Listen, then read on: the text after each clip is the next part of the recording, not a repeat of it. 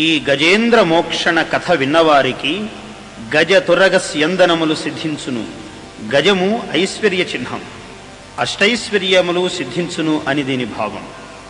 7 దినములలో మృత్యు ఆసన్నమై నిలిచిన మహాభక్తాగ్రేసరుడైన పరీక్షిత్ రాజేంద్రుడు ఆ 7 దినములలో మోక్షాన్ని పొందే దివ్య మార్గాన్ని ఉపదేశించుమని వేడగా శుకమహర్షి ఉపదేశించిన దివ్యతత్వం ఈ భాగవతం అని శౌనకాది మహామునులను చూచి మహాపౌరాణికోత్తముడైన సూతముని చెబుతున్నాడు. సర్వాగమ ఆమనాయసార మందిరుడైన శ్రీ మహావిష్ణువును మహాభక్తుడైన గజేంద్రుడు స్తుతించాడు. తన వెంటన్ సిరి లచ్చివెంట అవరోధవ్రాతమున్, దాని వెనుకను పక్షీంద్రుడు, ఆయన వెనుక ధనుస్సు, కౌమోదకీ గద, శంఖచక్రాలు, ఇలా వైకుంఠం వైకుంఠమే ఆయన వెంట కదలిరాగా ఆ దేవదేవుణ్ణి సరభసంగా భక్తి బలంతో ఆ గజేంద్రుడు శ్రీహరిని ప్రత్యక్షం చేసుకున్నాడు. ప్రసన్నుడైన స్వామి గజేంద్రుణ్ణి రక్షించాడు. ప్రహ్లాదస్తుతి, నారదస్తుతి, గజేంద్రస్తుతి, కుంతీస్తుతి, భీష్మస్తుతి, రుక్మిణీస్తుతి, భాగవతంలో ఇలా దాదాపు 200 దాకా స్తుతులు, స్తోత్రాలు ఉన్నాయి. ఏ 2 స్తుతులు ఒక విధంగా ఉండవు, ఒకదానితో ఒకదానికి పోలికే లేదు. ఏ జీవి సంస్కారం ఆ జీవిదే, ఏ ప్రాణి భక్తి ఆ ప్రాణిదే. ప్రతి పిలుపు ఒక మహామంత్రం. స్తోత్రాల నెపంతో మనకు మహామంత్రోపదేశం చేయడమే వ్యాసుని యొక్క పరమోద్దేశం.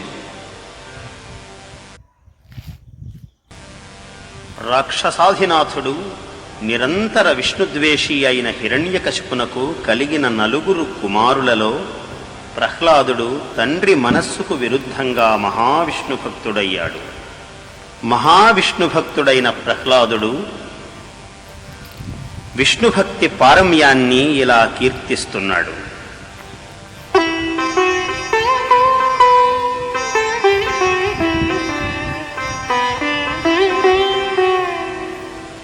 మందార మకరంద మాధుర్యమునదేలు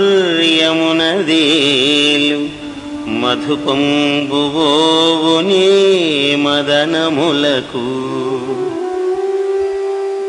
నిర్మల మందాకినీ వీచికలదు గురాయంచనునే తరంగిణులకు,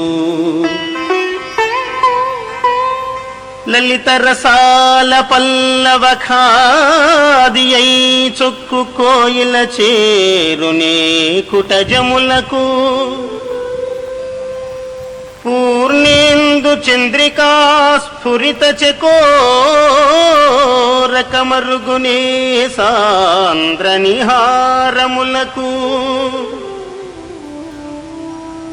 అంబుజోదర దివ్య పాదారవింద చింతనామృతపాన విశేషమత్త చిత్తము ఏ రీతి నితరంబు చేరనేర్చు వినుత గుణశీల